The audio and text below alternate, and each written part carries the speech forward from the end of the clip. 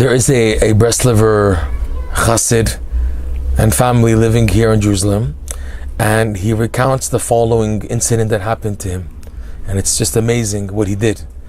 This man is involved very much in helping boys, religious boys who fell off the path, to get back on, due to technology, due to lack of self-confidence, for whatever reason that these boys fell off the path. They got into smoking, into drugs, into desecrating Shabbat, whatever. So he got very involved in trying to help these boys because he has a very strong personality and a loving, caring attitude that like a magnet draws people to him.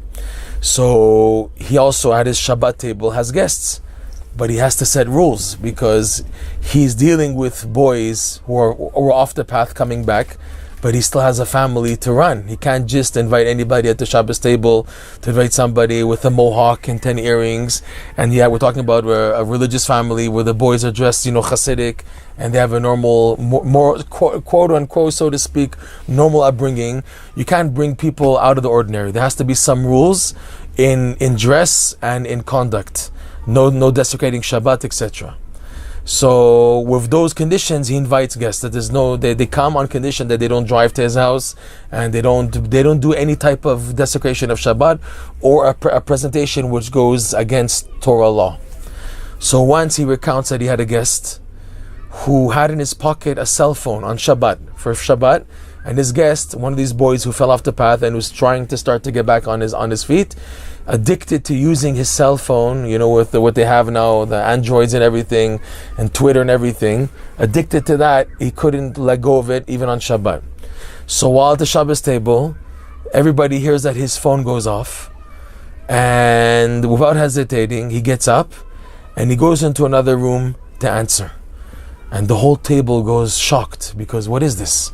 It's a type of audacity, a type of chutzpah to do that.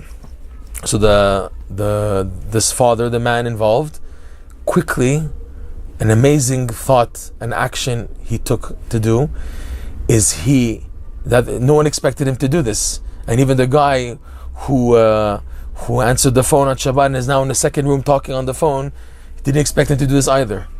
He opened the door quickly, stared straight at the guy in his eyes, and the guy had a panic, and he said to him like this: I just want you to know one thing, that Hashem loves you. And you have to know that Hashem loves you. The guy was totally knocked out with this, and he dropped the phone, and this, more than anything else, pushed his coming back process much faster. Here we see a practical application of one of Rebbe Nachman's most important teachings called Azamra, finding the good.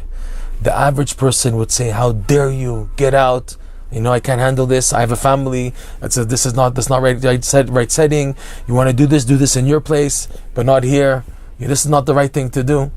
He took the attitude of Rebbe Nachman's teaching Azamra, which is finding the good, and he said you should know that Hashem loves you. And that so spoke to him at such a time when it's tricky, it's a time where he did something that he knows, his subconscious knows he's doing something wrong, and the people of the house don't feel comfortable in rebuking him. It's a guest, no one feels comfortable embarrassing somebody. He stood up and did something which nobody expected, was to bring out his good in such an amazing way where it's ready to come out, because it was just a boiling situation, and Baruch Hashem, he did something amazing, and it really saved the day, it saved the boy, and also saved the Shabbos table and the family's attitude. And again, the practical application of Rebbe Nachman's teaching Azamra, Likutei Moran, lesson number 282, of finding the good points even in the worst sinner, the worst person.